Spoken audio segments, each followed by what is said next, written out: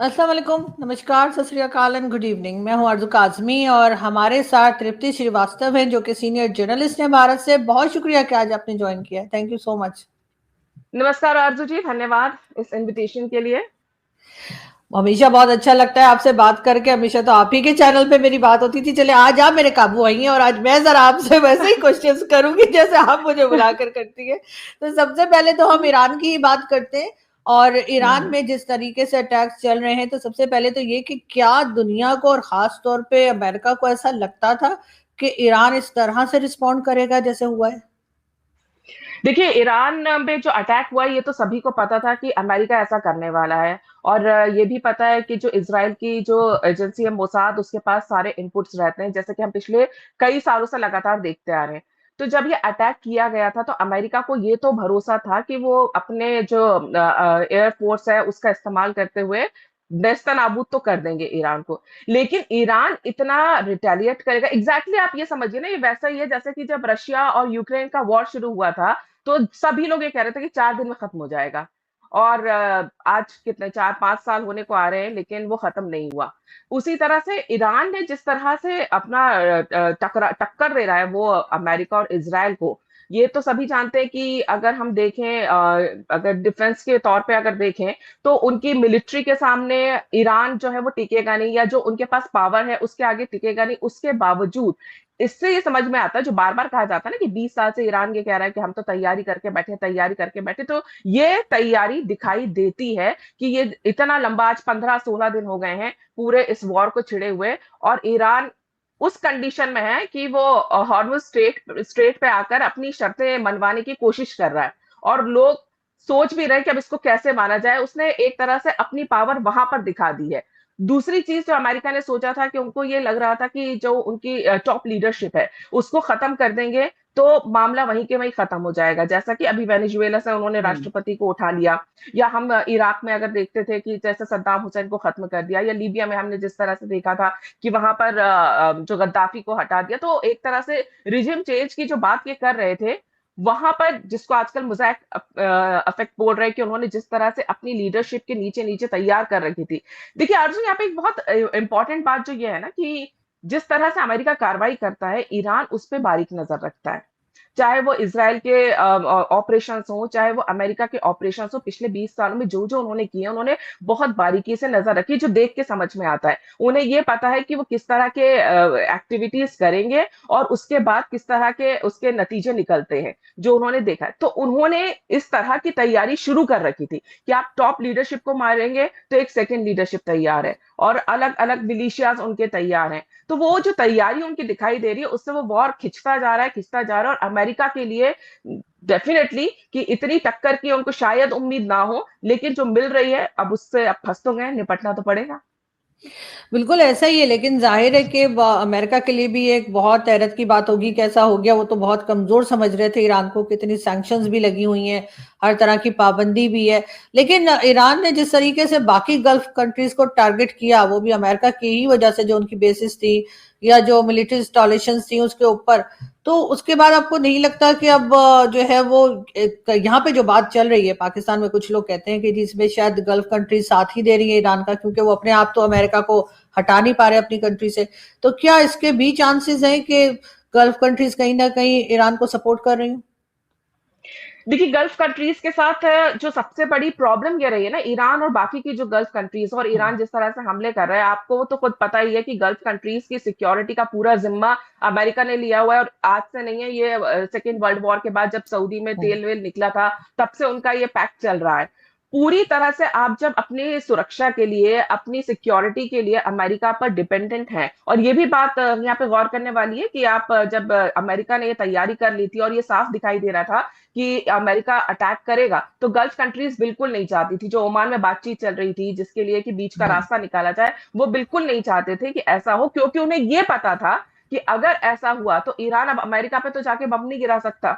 उनको पता था कहाँ करेगा, और इसमें कुछ भी ढका छुपा नहीं था। ईरान लगातार आप वार्निंग दे ही रहा था ना कि हम ऐसा करेंगे। गल्फ कंट्रीज को इस बात का अंदाजा तो था, लेकिन एक चीज जो है ना यहाँ पर गल्फ कंट्रीज को लेकर उनको ये बात जरूर समझ में आई, जितनी सिक्योरिटी की बात अमेरिका की ओर से की जा रही थी और जिस तरह के अटैक उनके यहाँ हुए हैं, अगर सिर्फ उनके बेसिस पे हमले हुए होते अमेरिकन, तो भी वो समझ पाते। लेकिन उन्होंने जो है वहां पर ऑयल रिफाइनरीज पे भी और आम नागरिकों पे भी उन्होंने हमले शुरू किए, जिससे कि ईरान ने ये दिखा दिया कि अगर तुम साथ दोगे अमेरिका और इसराइल का, तो हम तुमको भी नहीं छोड़ेंगे। तो वो चीज, ये जो मैसेज था, ये इनको डर था कि ऐसा करेगा, लेकिन ईरान ने ये करके दिखा दिया। यानी ईरान का सिंपल है कि सनम, हम डूबेंगे तो तुमको भी लेकर डूबेंगे, तो संभल जाओ। तो ये लर्निंग जो है ना, ये इसके जो नतीजे आएंगे अब इस वॉर के, उसके बाद समझ में आएगा कि गल्फ कंट्रीज ने इससे क्या सीखा और ईरान के उस समय हालात क्या रहते हैं, कि ये वॉर किस तरफ मुड़ती है और किस तरह का इम्पैक्ट अमेरिका और इसराइल पे इसका पड़ता है। उसके बाद ये बहुत काफी हद तक क्लियर हो जाएगा कि गल्फ कंट्रीज का आगे का जो उनका रोड मैप है वो क्या होगा। जितना अमेरिका के ऊपर वो डिपेंड करते हैं और जिस तरह के उनके अटैक हुए हैं, उसके बाद क्या इतना भरोसा करना ठीक रहेगा या नहीं रहेगा, या ईरान से इस तरह से पंगे लेके रहना ठीक रहेगा या नहीं रहेगा। बात तो ये भी चल रही है ना कि जो मिडिल ईस्ट की कंट्रीज हैं, ये भी देखा जा रहा है, जो ओपेक कंट्रीज हैं या बाकी जो आपकी मिडिल ईस्ट में जो गल्फ कंट्रीज हैं वेस्ट एशिया की, हो सकता है कि भाई वो इससे सबक लेके एक नेटो जैसा अपना भी कोई एक वो बना लें, अलायंस बना लें आगे के लिए। लेकिन जो कुछ भी वो बनाएंगे, उनको उसके लिए काफी हद तक अमेरिका पे डिपेंडेंट रहना ही पड़ेगा, क्योंकि सिक्योरिटी के लिए और जो उनको अपने आर्म्स चाहिए होंगे या जिस तरह के उनको फैसिलिटीज चाहिए होंगी, टेक्निक्स चाहिए होंगी, वो उन्हें अमेरिका से ही लेनी पड़ेगी। तो अमेरिका को अलग करके वो नहीं चल सकते, वो ये बात जानते हैं। बीच का रास्ता निकालने की कोशिश चल रही थी, उस बीच में ये अटैक कर दिया, उसका खामियाजा वो भुगत रहे। तो इस समय गल्फ कंट्रीज भी शायद नजर रखे हुए कि जो नतीजा होगा उसके हिसाब से वो अपना आगे का रूट मैप तैयार करेंगे। बिल्कुल ऐसा ही लग रहा है। लेकिन अगर बड़ी कंट्रीज की बात करें हम, जिसमें चाइना भी आ जाता है, भारत भी है और कई दूसरे देश हैं, आपको लगता है कि वो कोई अपना रोल प्ले कर रहे हैं इस वॉर को रुकवाने में? इसलिए कि ये चाहे ये तीन कंट्रीज आपस में लड़ रही हो, इसराइल, अमेरिका और ईरान, लेकिन इफेक्ट तो तमाम लोगों के ऊपर पड़ रहा है, खासतौर पर इस रीजन में। बिल्कुल सब पर पड़ रहा है। और अगर आप देखेंगे, देखिए इंडिया की तो नॉन अलायंस की हमेशा से पॉलिसी रही है और वो कभी भी नहीं चाहता कि कहीं पर भी इस तरह से वॉर हो। और चाहे वो ईरान हो चाहे वो इसराइल हो, उसके संबंध दोनों से रहे। ईरान से भी हम तेल खरीदते रहे और इसराइल के साथ भी हमारे अच्छे रिलेशंस रहे हैं। वो डेफिनेटली यही चाहेंगे कि शांति बनी रहे और ये जो मिडिल ईस्ट में जो आग लगी हुई है ये ज्यादा ना फैले। रही बात चाइना की, तो ये तो आपको भी पता है कि चाइना किस तरह से ईरान के साथ सपोर्ट कर रहा है। और अभी हाल ही में, अभी शायद कल की ही खबर है कि चाइना की नजरें तो आपको भी पता ताइवान पे हैं। वहां पर छोटी छोटी काफी सारी बोट्स देखी गई थी उस पूरे एरिया में। ये भी कहा जा रहा है कि चाइना अपनी प्रैक्टिस करने में लगा हुआ है वहां पर। जो ईरान है उसको सपोर्ट तो मिल रहा है, ये हर कोई जानता है कि चाइना से भी सपोर्ट मिल रहा है, रशिया से भी मिल रहा है। ठीक उसी तरह से जैसे कि हम जब यूक्रेन रशिया वॉर में देखते हैं, तो यूक्रेन अकेला नहीं लड़ सकता, उसको नेटो कंट्रीज का भी सपोर्ट मिल रहा है, अमेरिका का भी सपोर्ट मिल रहा है। बैक साइड से सपोर्ट तो कर रहे हैं, लेकिन डायरेक्ट कोई इन्वॉल्व इसमें नहीं होना चाहता, ये भी साफ दिखाई दे रहा है। क्योंकि ईरान अपनी लड़ाई लड़ रहा है, सपोर्ट कहां से मिल रहा है, इतने सटीक निशाने लगा रहे, वो टेक्निक्स कहां से आई हैं? जिस तरह से इसराइल पे उन्होंने बॉम्बार्डिंग की है, उन्होंने बिल्कुल अपने जो निशाने लगाए हैं चुन चुन के जगह जगह पे, टेक्निक्स तो चाइना से ही मिल रही है ना उन्हें। तो चाइना अपना फायदा यहाँ पे देख रहा है, शांति से बैठ के डायरेक्ट इन्वॉल्व नहीं होगा। तेल की जो समस्या जो आप बता रही है, तो देखिए ईरान ने शर्तें तो लगाई दी हैं। हमारे यहाँ तो आ रहा है तेल, अब 2 जहाज तो आने वाले हैं। चाइना के लिए वो तैयार हो जाएगा। बाकी जो लोगों को उन्होंने बोला है कि आप अमेरिका और इसराइल और इन सबके वहां से दूतावास बंद कर दो या उनको वहां से निकाल दो तो हम दे देंगे, ऐसी शर्तें लगाई हैं जो कोई भी कंट्री मानेगी नहीं। लेकिन अगर आपके रिलेशन अच्छे हैं तो वहां पर बातचीत हो सकती है। लेकिन अमेरिका और इसराइल के लिए, वो कहते हैं ना, गर्दन जो दबोची वो हॉर्मुज स्ट्रेट पे ही उसने पकड़ के रखी है। और वही ये कह सकते हैं कि उसकी स्ट्रेटेजी वहां पर काम कर रही है, जिसको लेके अभी तो अमेरिका और इसराइल को क्लियर नहीं है कि उनकी स्ट्रैटेजी आगे क्या होती है, वो देखेंगे। लेकिन फिलहाल उन्होंने पूरी दुनिया का जो तेल का व्यापार है उसको जो रोक रखा है ना, उसको जो इफेक्ट किया है, वो साफ तौर पे दिखाई दे रहा है यहाँ पर ईरान की स्ट्रैटेजी के तौर पे। कल मेरी एक साहब से बात हो रही थी, तो वो बल्कि शो में ही बात हो रही थी, तो वो मुझे कहने लगे कि ईरान में तो रिजीम चेंज नहीं हुआ है, लेकिन लगता है अमेरिका में हो जाएगा। क्योंकि जो जिस तरीके से ट्रम्प को कह लीजिए एक तरह का फेलियर देखने को मिला, उसको देखते हुए उनको लगता था कि हो सकता है कि अमेरिकन क्योंकि काफी नाराज हैं ट्रम्प के साथ, के ये वॉर जो उन्होंने स्टार्ट की, यूएई का काफी बुरा हाल हुआ है। और आपके ख्याल हुँ। से यूएई क्या बहुत ज्यादा साथ दे रहा है इसराइल का, जिसकी वजह से तमाम के तमाम ना सही लेकिन मेजोरिटी टाइम हमने मोस्टली हमने यही देखा है कि ईरान जो है वो अटैक कर रहा है यूएई पर। देखिए, ईरान को भी पता है जो यूएई पे अटैक किया है या सऊदी पे जो अटैक किया है, वहाँ पे उनके बेसेस हैं। अमेरिका को वो सपोर्ट किस तरह से कर रहे हैं, ये सब जानते हैं, जो उनकी डील है। इसमें अगर हम थोड़ा पीछे चलेंगे ना, तो पूरा मामला अब्राहम अकॉर्ड से भी जुड़ता है ना। जिस तरह से हमास ने अटैक किया था, वो इसीलिए किया था, जो सऊदी और इज़राइल के जो रिलेशंस ठीक हो रहे थे। देखिए, ईरान कभी नहीं चाहता कि सऊदी और इज़राइल के रिलेशंस कभी बने या गल्फ कंट्रीज के रिलेशन बने। ठीक उसी तरह से अगर हम इज़राइल की बात करें, तो इज़राइल कभी भी नहीं चाहेगा कि अमेरिका और ईरान के रिलेशंस कभी ठीक हों।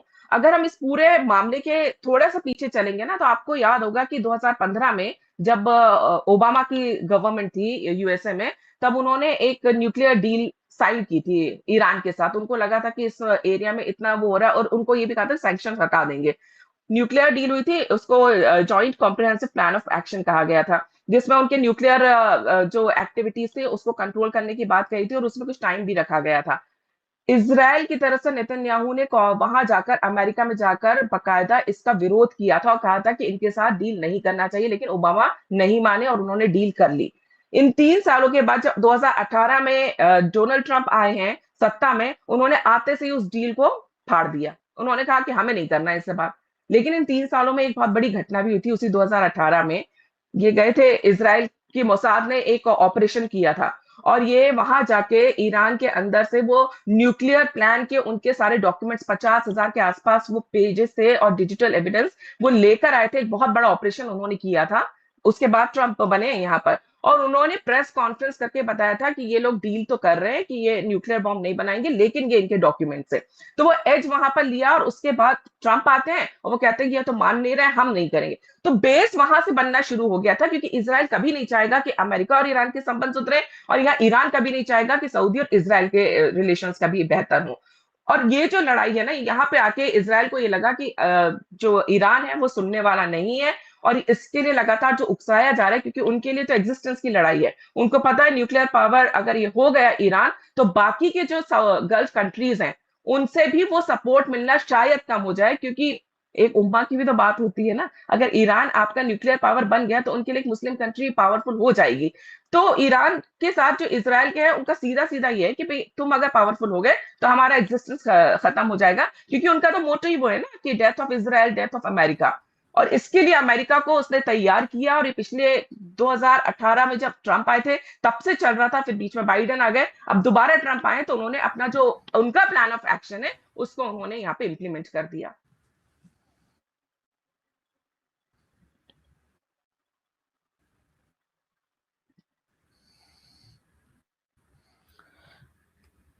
मेरा ख्याल है थोड़ा सा फ्रीज हुआ था बीच में, सॉरी, वो मैं बीच फिर में कर फ्रीज लूंगी हो गया उसको। था। हम्म। मेरा थोड़ा सा कुछ सेकंड्स के लिए फ्रीज हुआ था। मैं यहाँ पर ये भी पूछना चाहती थी, बल्कि वो फ्रीज होने से मुझे याद आया कि ईरान ने अब ये भी कहा है कि वो माइक्रोसॉफ्ट और इस तरह की जो कंपनीज हैं अमेरिका, उनको टारगेट करेंगे। तो ताकि ताकि वो ऑनलाइन जो कुछ चल रहा है वो भी आपको लगता है कि ईरान इतना पावरफुल है कि वो अमेरिका को इस लेवल तक परेशान कर सकता है या टारगेट कर सकता है?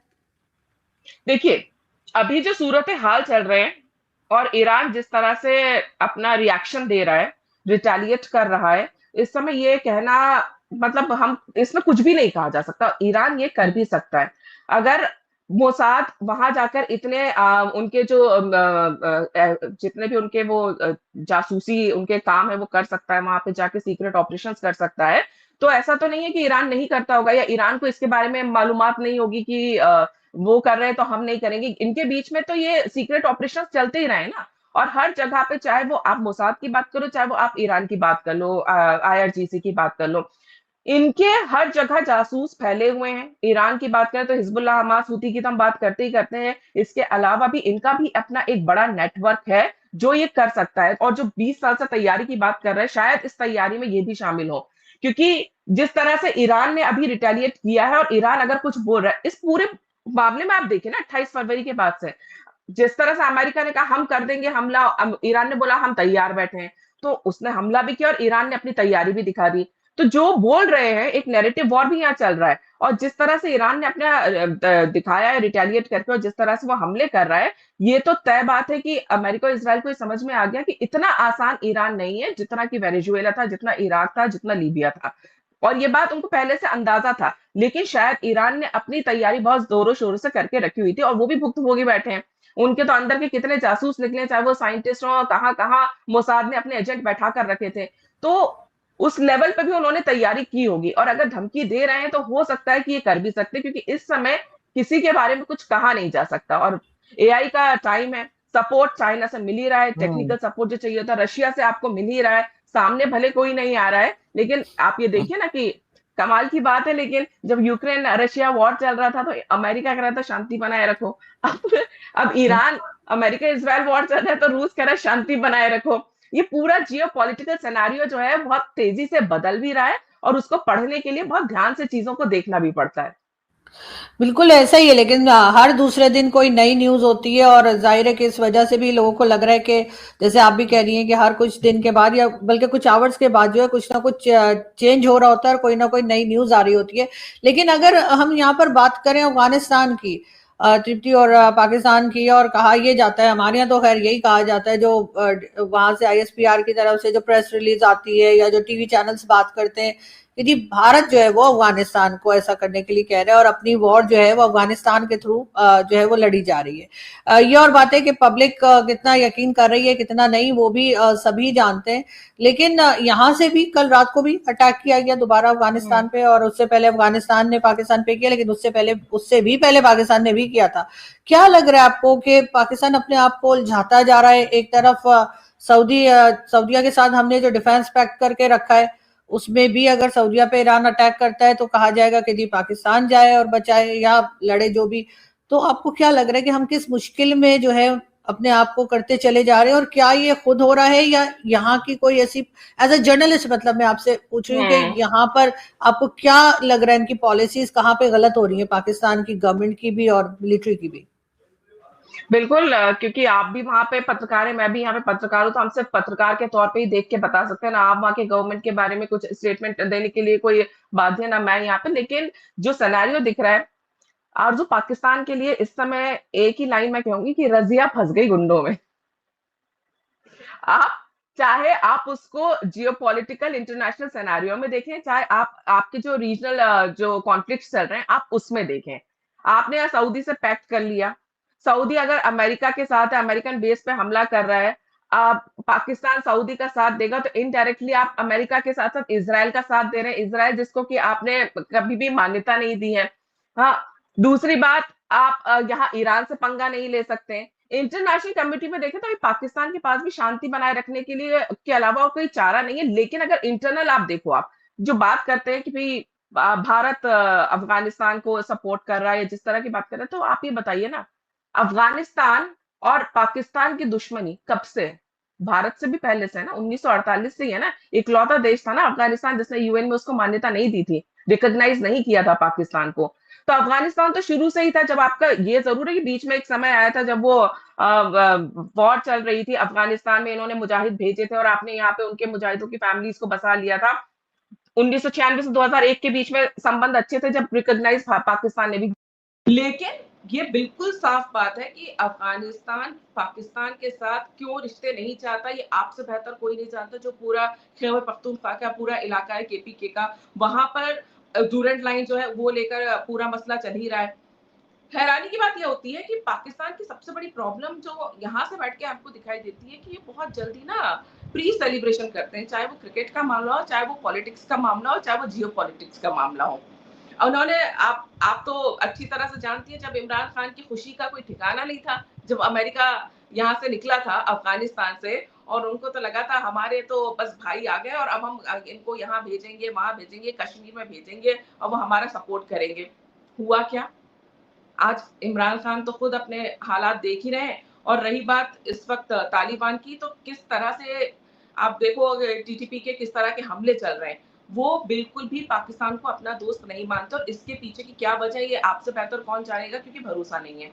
जब जब भरोसा किया है पाकिस्तान से, उनको उनको ऐसा लगता है कि पाकिस्तान धोखा देता है। इसमें भारत का क्या लेना देना। एक तरफ आपको बलूचिस्तान जो है वहां से टक्कर दे रहा है, एक तरफ यहाँ केपी के और रह गया था, कसर रह गई थी, तो सिंध में भी शुरू हो गया मामला, पीओके में लोग नाराज चल ही रहे।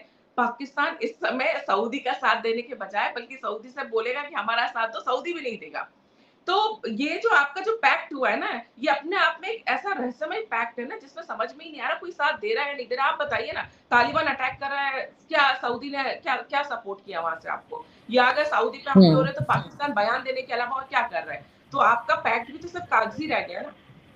नहीं, वो तो ऐसा है ना कि अगर सऊदीया पे अटैक होगा तो पाकिस्तान पे अटैक समझा जाएगा, और अगर पाकिस्तान पर होगा तो वो पाकिस्तान पर ही समझा जाएगा, उसको सऊदी सर के अपने ऊपर नहीं समझेंगे। हमने कुछ इस किस्म का मुझे लग रहा है एग्रीमेंट करके रखा है। लेकिन मैं आपसे ये जरूर पूछना चाहूंगी कि ये हिंदुस्तान पाकिस्तान की एक चीज और जो बहुत देखने में आती है, वो ये कि जब आपके यहाँ जिस वक्त कांग्रेस की गवर्नमेंट थी, शुरू में इंदिरा गांधी जी की हुई और बाकी हुई, तब भी पाकिस्तान के साथ रिलेशन अच्छे नहीं थे। तब भी कुछ ना कुछ टेंशन ही रहती थी। मैंने तो कभी ना पढ़ा ना सुना कि कभी भारत से रिलेशंस अच्छे रहे हों। अब उसके बाद जब बीजेपी की गवर्नमेंट आई है तब भी हमें प्रॉब्लम है, हमें पीएम मोदी की गवर्नमेंट भी पसंद नहीं।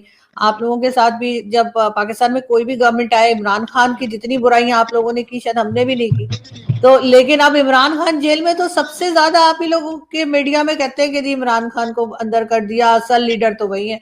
तो ये चीज ऐसे क्यों होती है? मतलब हमें जो भी गवर्नमेंट होती है उसी से प्रॉब्लम रहती है, जो चली जाती है उसकी तारीफें होती हैं। इस वक्त भी राहुल गांधी हमारे लोगों का बस चले ना, तो 1 मिनट में राहुल गांधी को जो है ना वो पीएम बना दे। देखिए, परेशानी सरकारों से नहीं है, परेशानी नियत से है पाकिस्तान की। भारत के अंदर कोई भी सरकार है, पाकिस्तान की नियत को लेकर जो है ना हमेशा से जो संदेह रहता है। आप बताइए, जिस तरह के टेररिस्ट अटैक हमारे यहाँ होते रहे हैं पिछले कई सालों में, आप देख लीजिए, ऐसे मोटे-मोटे डॉजियर दिए 26/11 के बाद भी, और उसके बाद भी जब पाकिस्तान नहीं थमता, ये हर कोई जानता है, जो पाकिस्तान किस तरह से आतंकवादियों को वहां पर पनाह देता है, इसके सबूत यूएन में भी पेश कर चुका है कई बार भारत। भारत के पास पूरे यहाँ पे इंटेलिजेंस रहते हैं, उसके बावजूद अगर पाकिस्तान नहीं मानेगा तो फिर ऑपरेशन सिंदूर जैसी कार्रवाई करनी पड़ती है। थोड़ा सा अंतर यहाँ पे कांग्रेस और बीजेपी की गवर्नमेंट में ये है कि कांग्रेस डॉजियर ले लेके घूमती थी, और बीजेपी जो है वो एक्शन पे बिलीव करती है और घुसकर मारेंगे वाले कॉन्सेप्ट पे चलती है।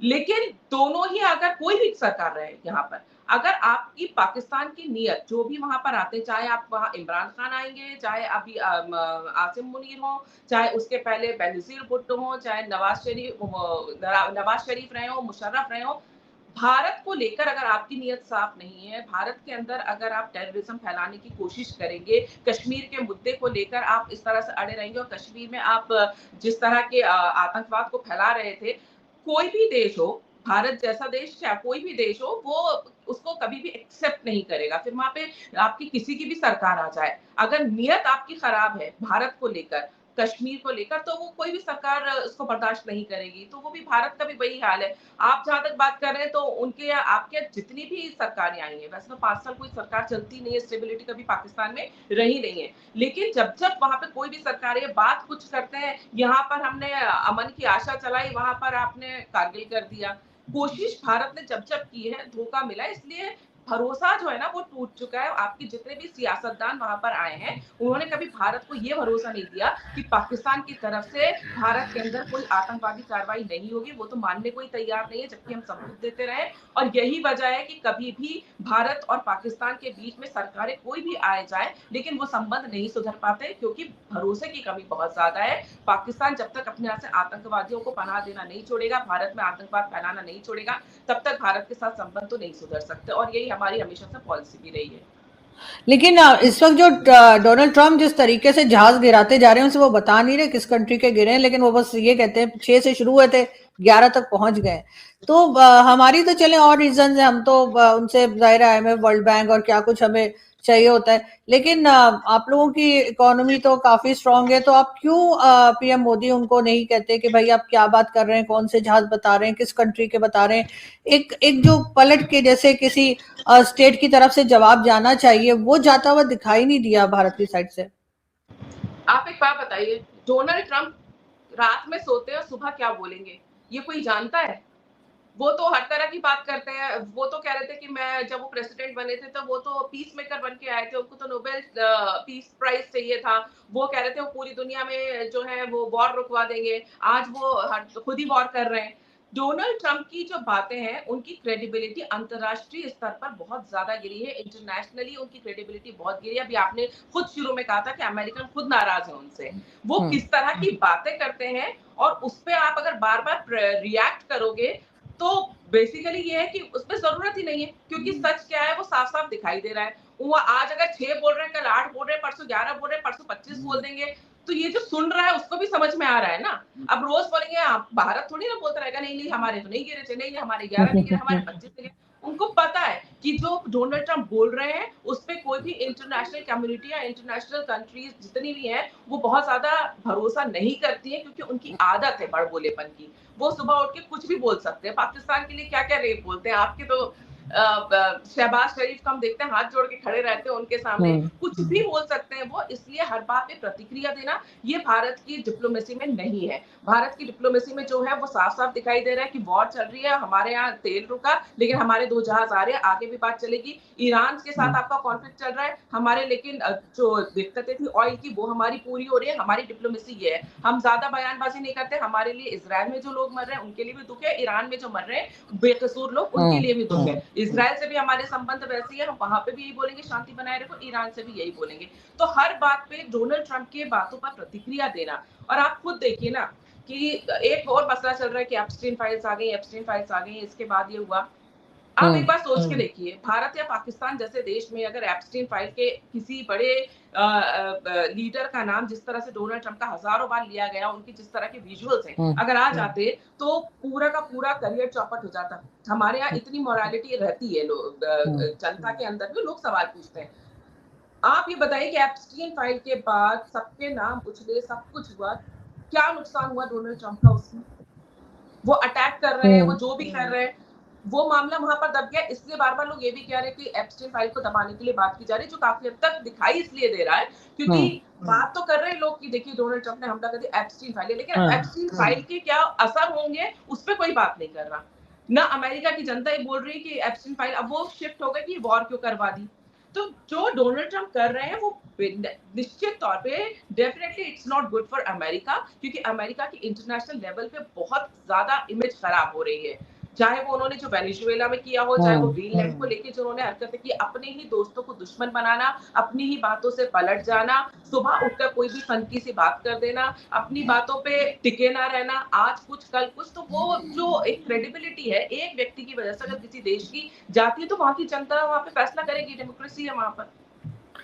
बिल्कुल ऐसा ही है, लेकिन बात फिर वही आ जाती है कि जहां पे जंग खत्म होगी, जो कि कभी ना कभी तो होगी, और उसके बाद अगर डोनाल्ड ट्रम्प किसी चीज से बच रहे हैं, तो मेरा ख्याल है लोगों को मेमोरी इतनी कम नहीं है कि वो बात याद ना रहे, और वो दोबारा मेरे ख्याल है अपने आप को उसी जगह पाएंगे जहां पर इस वॉर के स्टार्ट होने से पहले थे।